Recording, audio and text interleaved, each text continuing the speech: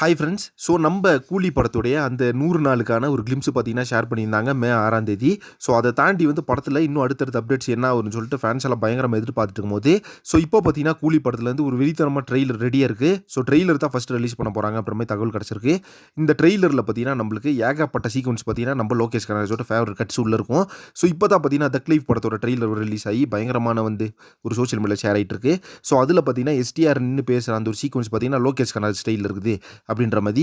அதே மாதிரி மணிரத்னம் ஸ்டைலில் லோகேஷ் கனகராஜ் எடுக்க ஆரம்பிச்சிட்டாரு, லோகேஷ் கனகராஜ் ஸ்டைலில் மணிரத்னம் எடுக்க ஆரம்பிச்சிட்டாரு அப்படின்ற மாதிரி இப்போ பயங்கரமாக வந்து அந்த ஒரு வீடியோஸ் எல்லாம் ஷேர் பண்ணி அது ஒரு டாக் ஆஃப் த டவுனாக போயிட்டு இருக்கு இப்போ. ஸோ இதில் வந்து கூலி படத்தோட அந்த ஒரு சீக்வன்ஸ் நம்ம பார்த்துருந்தோம். ஸோ தலைவர் வந்து ஆர்பரில் அந்த சன் செட் ஆகும்போது நின்றுக்காருல அந்த ஒரு சீக்வன்ஸ் பார்த்தீங்கன்னா மணிரத்னம் படத்தில் வரும். அதே மாதிரி தான் பார்த்தீங்கன்னா இப்போ லோகேஷ் கனகராஜ் ஸ்டைலில் மணிரத்னம் வந்து அந்த ரோலக்ஸ் சீனை வந்து எடுத்து வச்சிருக்காரு அப்படின்ற மாதிரி சொல்லிட்டு இருக்காங்க. ஸோ எஸ்டிஆர் நின்றுப்பாரு, எஸ்டிஆர் சுற்றி பார்த்தீங்கன்னா நிறைய கும்பல் போட்டு நின்றுப்பாங்க. அது பார்த்தீங்கன்னா நம்ம விக்ரம் படத்தில் அந்த கிளைமேக்ஸ் போர்ஷனில் ரோலக்ஸோட கேமியோ இருந்துச்சுல அந்த ஒரு கேமியோ மதியம் இருக்குது அப்படின்ற மாதிரி சொல்றாங்க.